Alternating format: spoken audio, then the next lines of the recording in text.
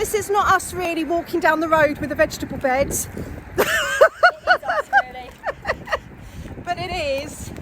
We are on our way down to our new allotment.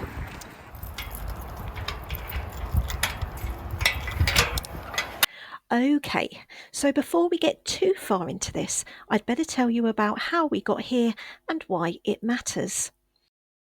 I became qualified in herbalism, aromatherapy, nutrition and fitness as part of my own mental health recovery journey, and somewhere in amongst all of this, I'd applied for an allotment and not heard back.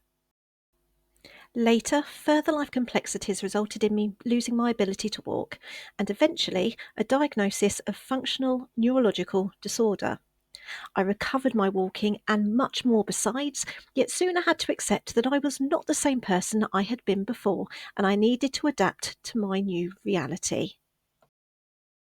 I created a space where I could work remotely, a representation of the most healing place I had found on my journey. A forest-themed hideaway where I could embrace working from home, reading and studying, creating my lotions and potions, and spending time in prayer. I called this space Mossy Grove. Which brings us to more recent days, when I opened an unexpected email and was offered an allotment space.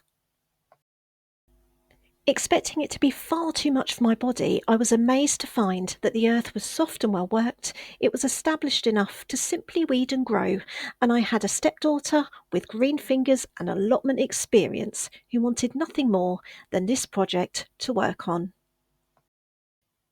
So here we are, about to learn how to grow fruit and veg to feed ourselves, while I embrace space to grow my own plant allies for use in my home apothecary. Finally, it seems I may have found the plot, instead of losing it. I do hope you'll join us on our allotment days in this space that will now be known as Mossy Grove Garden. Yeah. After getting keys, signing the paperwork and having a general good look around, the very next thing we did was measure up the plot. This included each of those pre-existing beds, all of the spaces in between, and the bits we didn't know what to do with. We plotted this on a chart, both in paper form and on an app. We worked out what we ate most of, what we wanted to eat more of, and what might be fun to try. And then we set about finding the best space for each of those to possibly grow in. We then created a calendar so that we could decide which varieties of each of those vegetables and fruits to choose based on when they would be available for harvest. And between the two of us, we came up with our master plan. So, back to today. It's a bit rainy, not terrible, just kind of in the air, and we're down in between showers. Misty, yeah. So we're down in between showers. We don't know how long we're going to be down here today, but we're going to show you how far we've got. So this is the back end of the allotment. So we've got what is going to be known as funky herbs down here. Already got some pretty flowers which will stay for a while because they're very pretty and they're good pollinators. See, it all starting to go over for the winter. But this is where we're going to put a lot of sages, we have some oregano, some basil, sort of the more of the kitchen garden herbs, but also some medicinal herbs as well. So there's comfrey here, which is often grown in allotments because it makes a really good fertiliser, but also it's known as knit bone, used traditionally to help fractures and breaks. And we've got lots of little things that need identifying. Little flowers, little leaves, so we're going to have to dig a little bit carefully when we start preparing this, making sure that we're getting up the things like the wild lettuces and things like that we don't necessarily need. But yeah, so that is going to be funky herbs. This is our cabbage patch. I started off by saying cabbages for some reason. Over here is going to be our compost world. As you can see, there's a few things started already. The compost heaps will need repairing. Here is currants. And we're going to put some parsnips around here somewhere in a bed. So that'll be really cool. Here, I can't remember what we've got planned for it. A little bushy bench area. Over here, we have some very soggy ground here. As you can see, the slope is to be for vegetables that are really like to have their feet wet, really like to sit in moist soil. So over here, this is going to shuffle along. It's not dug into the ground, it's just kind of lifting. So we're going to do this today. We're going to shuffle that way. Yep. And then we're going to put our strawberry patch in over here. We have got another bed here. We have got currants, which we think here are red currants. Looking at the berries that are left on the bush, as you can see from the last season.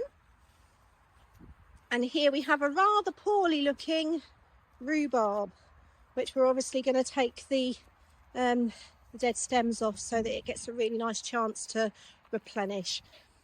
Here we have what we've called big two beds, because there's about room for some two nice, splitting it in half and having two nice crops in here. And then we have sedums. So as well as being good for holding rocky areas together with their roots, because they like dry stony ground, they're actually really good for skin and anti-inflammatory as well. So good for things like rheumatism, sore joints, things like that. So it's not something I've worked with before, but as they're here, we're going to make use of them. Here we have some raspberries. Which there are some. Sienna spotted some raspberries.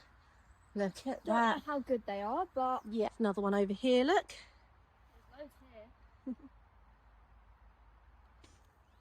So we're carrying on down. Oops, nearly fell over the path. Thank you, sedums. So this is big 4. Oh, finger there. Hi, Sienna. Give us a wave. Woo! So this is big 4. So this can be comfortably split into 4 patches of 4 smaller crops, or 2 larger crops we've worked out. We are actually looking at getting some dwarf fruit trees here, probably in pots for a while, just to make sure they don't get oversized. And we can have sort of 4 or 5 then. We're going to have a permanent asparagus bed here and a permanent mushroom bed there as well for some nice chestnut and button mushrooms that can be scattered. Looks like a bit of a path, but we're actually going to be growing some edible flowers. That'll be fun, looking at that. And then into mint world. So you can already see here, there are so many different varieties of mint. They do all smell slightly different. Some are really obvious as to what they are. Some less so. One further down has got a really strange medicinal smell to it. So still mint. Yeah, I think it was this one. So still definitely a mint, but a bit of a peculiar one. So mint world here, edible flowers here, and then here we've got some well-established lavender bushes, which is so cool. I love lavender and use it all the time. It could have done with being cut back maybe a month before last. Fortunately, it's a bit late now because we will have frost coming. And if you head the plant and then it gets frost where it's been cut, it puts it at risk of dying off. So we don't want that. So we just have to put up with some less flowers next year and let it come back after that. And in here is going to be functional flowers. So flowers that are medicinal, that are useful, things like calendula, things like borage, roses generally. So the more floral side of the herbs. So what do you reckon? Are we ready to crack on? Yes. Perfect. So we have been down already. A little bit of a confession. We've already measured up and we've already spent some time planning. So we're going to tell you later when we can get out of this misty rain and we've put that bed in and done a little bit of weeding if we can, depending how long the mist changes. We can do some weeding. So you're not going to believe this. On the plan that we haven't told you about yet is beans. And it's in a bed here. And we've just moved the bed that needed to be moving and lifted off the weed membrane to find some sort of beans already in position. How freaky is that? What a good find. So this morning we have put in our strawberry bed. We were planning it to be the other way round. We were going to do strawberries over there and beans here. What we've done today is we've put our wooden raised area in. We've prepared the soil. We've dug a load of weeds and some roots out as well. Filled it up with some new compost. We've then built up the sides a little bit here, levelled it, and then put weed membrane down. So the next step here is to get some straw down and get the strawberry plants in. So brilliant. So now what we're going to do is we are going to come to this area here, which is this rather tired and mouldy rhubarb. We're going to keep the rhubarb here. We're going to give it a chance to come back up. But we do need to get rid of this old plant so that it mulches down in the compost, not on the plant and kills the plant off. We don't want the actual roots of the plant getting mouldy. So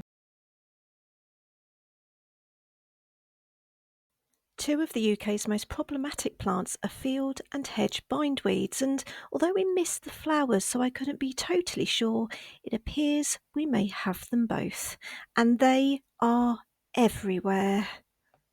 Not only are they super fast growers, smothering and choking your vegetables and flowers, but they have extensively deep roots, capable of sprouting for years. So chopping the roots into smaller pieces whilst digging, for example, or getting bits in your compost and spreading them around years later can create hundreds of new plants, adding to those you already have, making the problem even worse. But no matter how determined it might be to take over this allotment, the previous owners have done a wonderful job of keeping the levels down, and so we will be able to keep on top of it. We just need to pull up what we can when we can and make sure we dispose of it properly so none of those little pesky roots end up getting anywhere near our compost and spreading through the rest of the allotment at a later date. So here we are at the end of the first few hours at the allotment. I think we've made a great start.